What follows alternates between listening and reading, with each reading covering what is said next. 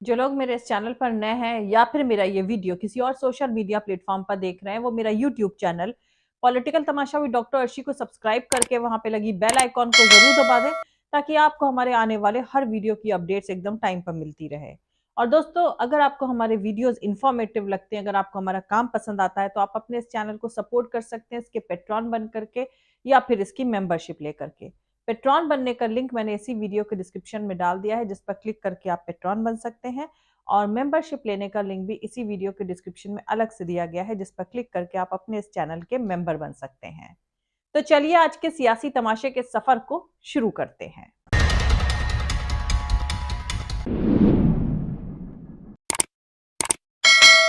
Brazil के president Lula da सिल्वा ने कहा है कि इस्राइल गजा में जो कर रहा है वो हिटलर ने यहूदियों के साथ जो किया था उसके बराबर है। उनके इस बयान पर नेतन्याहू ने जवाब देते हुए कहा है कि ब्राजील के प्रेसिडेंट के वर्ड शर्मनाक और संजीदा हैं। ये होलोकॉस्ट को छोटा और अनइम्पोर्टेंट बनाने और यहूदी लोगों और इस्राइल को अपने राइट टू डिफेंड को नुकसान पहुंचाने की कोशिश के बारे में है। इस्राइल की बराबरी नाटसी नरसंहार और हिटलर से करना खतरे की लाइन को पार करना है। इस्राइल अपने डिफेंस और अपने फ्यूचर को महफूज करने के लिए तब तक लड़ता रहेगा जब तक कि पूरी जीत ना हासिल हो जाए, और वो इंटरनेशनल कानून का पालन करते हुए ऐसा करेगा। कौन से इंटरनेशनल कानून का पालन हो रहा है, ये तो पूरी दुनिया देख ही रही है। खैर, दूसरी अहम खबर यह है कि पुतिन ने हमास को 26 फरवरी को बैठक के लिए इनवाइट किया है। रूस ने हमास और फिलिस्तीनी अथॉरिटी समेत सभी फिलिस्तीनी ऑर्गेनाइजेशंस को मॉस्को में इंटर पैलेस्टीनियन मीटिंग के लिए इनवाइट किया है। अब फौरन अफवाहें फैलने लगी हैं कि पुतिन उन्हें हथियार देने के लिए तैयार है, लेकिन सीरिया को देखते हुए ऐसा होने की उम्मीद नहीं है। हमास पहले भी अक्सर मॉस्को में मौजूद रहा है। हालांकि रूस फिलिस्तीन के रिश्ते में बहुत कुछ अहम हो रहा है।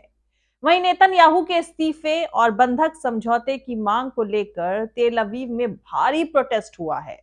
नेतन्याहू समझौता करने से बच रहे हैं और रफा पर हमले की तैयारी कर रहे हैं, जहां 1.2 मिलियन रेफ्यूजीज मौजूद हैं। इस्राएली मीडिया ने गजा में इस्राएली बंदियों की फैमिलीज के बीच वायलेंट गिरफ्तारियों की रिपोर्ट दी है।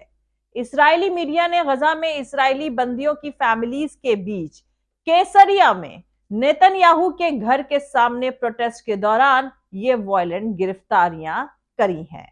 दूसरी तरफ इस्राएल की वॉर कैबिनेट के मेंबर बेनी गैंट्स ने वार्निंग दी है कि अगर हमास 10 मार्च तक गजा में बंधक बनाए गए सभी इस्राएली बंधकों को नहीं छोड़ेगा तो रफा में हमले करे जाएंगे। ये पहली बार है जब इस्राएल ने कहा कि उसकी सेना गजा के इस साउथ हिस्से में दाखिल होगी। तो आपको बता दूं कि यहाँ गजा के अलग अलग हिस्सों से निकल कर आए फिलिस्तीनी लोग पनाह लेकर रह रहे हैं। रफा में 15 लाख लोग रह रहे हैं और यहां पर हमले का ग्लोबल लेवल पर विरोध हो रहा है। इससे पहले United nation public health agency ने कहा था कि इस्राएली हमले के बाद सदर्न गजा के एक मेन हॉस्पिटल ने काम करना बंद कर दिया है। डब्ल्यूएचओ ने कहा है कि उसे हालात का जायजा लेने के लिए रफा के खान यूनुस में मौजूद नासिर हॉस्पिटल में घुसने की इजाजत नहीं दी गई है। इस्राइल डिफेंस फोर्स आईडीएफ ने थर्सडे को हॉस्पिटल के कंपाउंड में एंटर किया था और कहा था कि खुफिया जानकारी से मैसेज मिला है कि इस्राएली बंधकों को वहां रखा गया है। आईडीएफ ने नासिर हॉस्पिटल में अपने ऑपरेशन को सटीक और लिमिटेड बताया है और हमास पर आतंकवाद के लिए हॉस्पिटल्स का इस्तेमाल करने का इल्जाम लगाया है। इसके बाद इस्राएल के फॉर्मर डिफेंस मिनिस्टर और वॉर कैबिनेट के मेंबर गैंट्स ने कहा कि दुनिया को पता होना चाहिए और हमास नेता को पता होना चाहिए, अगर रमजान तक हमारे बंधक घर नहीं आए तो लड़ाई हर जगह जारी रहेगी, जिसमें रफा भी शामिल है। रमजान इस साल 10 मार्च से शुरू हो रहा है। दूसरी अहम बात गैंट्स ने यह कही है कि इस्राइल इंटीग्रेटेड तरीके से काम करेगा। आम लोगों को होने वाले नुकसान से बचाने के लिए हम अमेरिका और इजिप्ट के साथ बातचीत करेंगे और नागरिकों को बाहर निकालने की फैसिलिटीज देंगे। दोस्तों, गैंट्स का इजिप्ट का जिक्र करना उस डर को और बढ़ावा दे रहा है जिसमें कहा जा रहा था कि इसराइल फिलिस्तीनी लोगों को रफा बॉर्डर पार करके इजिप्ट की तरफ पनाह लेने को कहेगा। तमाम जानकारों का मानना है कि इसलिए ही इस बॉर्डर पर एक बड़ी दीवार वाला घेरा बनाया जा रहा है। हालांकि फिलिस्तीनियों को बाहर निकालने के लिए इसराइल का प्लान क्या है, इसे लेकर कोई डिटेल्ड इंफॉर्मेशन नहीं दी गई है। वहीं दूसरी तरफ भारत के फॉरेन मिनिस्टर एस जयशंकर ने संडे को अपने फिलिस्तीनी काउंटर पार्ट रियाद अल मलिकी से मुलाकात करके जंग से जर्जर गजा के हालात पर चर्चा करी।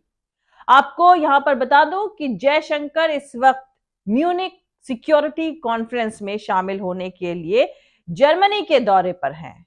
उन्होंने सोशल मीडिया प्लेटफॉर्म एक्स पर यानी ट्विटर पर मलिकी के साथ मिलते हुए एक तस्वीर पोस्ट करी है और लिखा है कि फिलिस्तीनी फॉरेन मिनिस्टर रियाद अल मलिकी से मिलना अच्छा रहा। गजा के हालात पर हमने अपने व्यूज एक्सचेंज करे। भारत कई दशकों से फिलिस्तीनी मुद्दे पर टू नेशन थ्योरी की पैरवी करता आया है। एक सेशन के दौरान एस जयशंकर ने कहा है कि फिलिस्तीनी मुद्दे के हल के लिए अब कई देश सिर्फ टू नेशन थ्योरी का ही सपोर्ट नहीं कर रहे हैं, बल्कि ये पहले से भी ज्यादा अब अर्जेंट हो गया है। उन्होंने 7 अक्टूबर के हमास के इसराइल पर हमले को आतंकवाद कहा, लेकिन साथ ही उन्होंने कहा कि इसराइल को ह्यूमन राइट्स पर इंटरनेशनल कानूनों का पालन करना चाहिए। उन्होंने कहा कि ये अहम है कि इसराइल को फिलिस्तीनी लोगों को नुकसान के बारे में ध्यान रखना चाहिए था। अहम बात यह है कि जब इंडियन फॉरेन मिनिस्टर ये बात कह रहे थे तो उस वक्त मंच पर अमेरिकी फॉरेन मिनिस्टर एंटनी ब्लिंकेन और जर्मन की फॉरेन मिनिस्टर एनालेना बेयरबॉक भी मौजूद थी। Number one, we must be clear that what happened on October 7th was terrorism. No caveats, no justification, no explanation. It was terrorism. Number two, as Israel responds, it is important that Israel should have been very mindful of civilian casualties. That it has an obligation to observe international humanitarian law. Number three, the return of hostages is today imperative. Number four, there is a need for a humanitarian corridor, a sustainable humanitarian corridor to provide relief. And eventually, there has to be a permanent fix, a long-term fix, otherwise we're going to see a recurrence. And I think today, certainly India has long believed in a two-state solution. We have maintained that position for many decades. And I think today many more countries in the world today feel not just that the two-state solution is necessary, but it is more urgent than it was before. They equally strongly believe that a two-state solution should not be delayed. These are not choices. These are both musts. And unless we are able to address both these issues, we are not going to really solve the problem. खैर दोस्तों, Israeli media की report है कि Nasir hospital में Israeli सेना को जो दवाएं मिली उन पर इजरायली बंदियों के नाम लिखे हुए थे।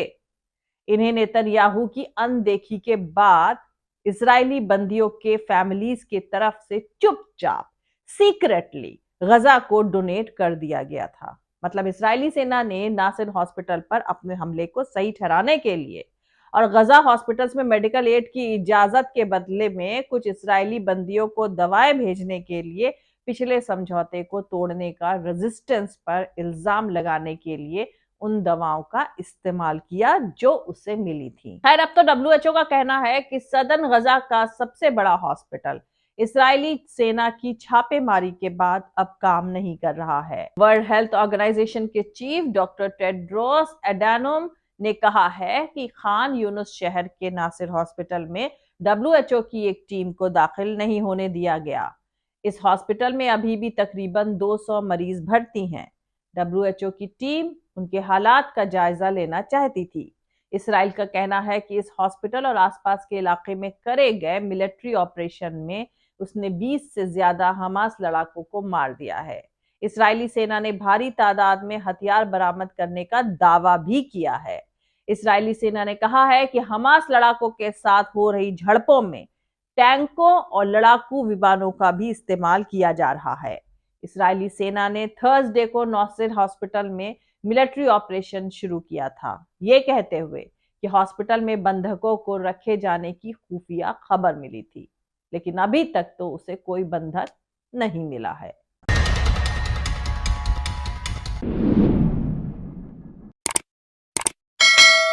तो आज के लिए इतना ही। मिलते हैं अगले वीडियो में किसी दूसरे नए सियासी तमाशे के साथ। जय हिंद, सत्यमेव जयते, अल्लाह हाफिज। दोस्तों, हमारा पूरा वीडियो और दूसरे और वीडियोस देखने के लिए हमारा YouTube channel political Tamasha with doctor Arshi को सब्सक्राइब करके वहां पे लगी बेल आइकॉन को जरूर दबा दें, ताकि आपको हमारे आने वाले हर वीडियो की अपडेट्स एकदम टाइम पर मिलती रहे।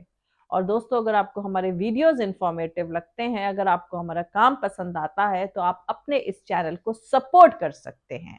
कैसे सपोर्ट कर सकते हैं? या तो इसकी पेट्रॉन बन करके या फिर इसकी मेंबरशिप लेकर के। पेट्रॉन बनने का लिंक मैंने इसी वीडियो के डिस्क्रिप्शन में अलग से डाल दिया है, जिस पर क्लिक करके आप अपने इस चैनल के पेट्रॉन बन सकते हैं। और मेंबरशिप लेने का लिंक भी इसी वीडियो के डिस्क्रिप्शन में अलग से दिया गया है, जिस पर क्लिक करके आप अपने इस चैनल के मेंबर बन सकते हैं। और आप हमें फॉलो भी कर सकते हैं हमारे एक्स यानी ट्विटर अकाउंट पर, हमारे फेसबुक पेज पर और हमारे इंस्टाग्राम पर। हमारा ट्विटर हैंडल है @arshi Aziz Khan. Thank you. मिलते हैं अगले वीडियो में।